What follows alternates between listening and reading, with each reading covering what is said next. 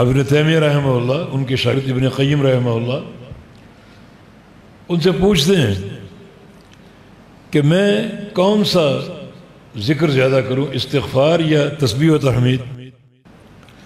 استغفار استغفر اللہ کہنا، اور تسبیح و تحمید ہے سبحان اللہ والحمدللہ، ابھی ذکر ہو رہا تھا، ولا الہ الا اللہ واللہ اکبر۔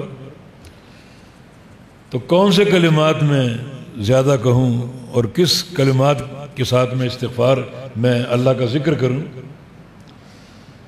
شیخ الاسلام نے فرمایا، بڑا حکیمانہ جواب، اگر آپ کے کپڑے میلے ہوں، ان پر دھبے لگے ہوں، تعفن پھوٹ رہا ہو، تو آپ کیا کریں گے؟ ان کپڑوں کو کیا ضرورت ہے؟ خوشبو کی یا صابن کی؟ اس کو خوشبو لگاؤ گے، وہ خوشبو بھی بیکار جائے گی، اس کو صابن کی ضرورت، پہلے دھوو، وہ اجلے ہو جائیں، صاف ہو جائیں، پھر ان کو خوشبو لگاؤ۔ فرمایا کہ یہ استغفار بمنزلہ صابن ہے، پہلے اندر کو دھو لو کثرت استغفار سے،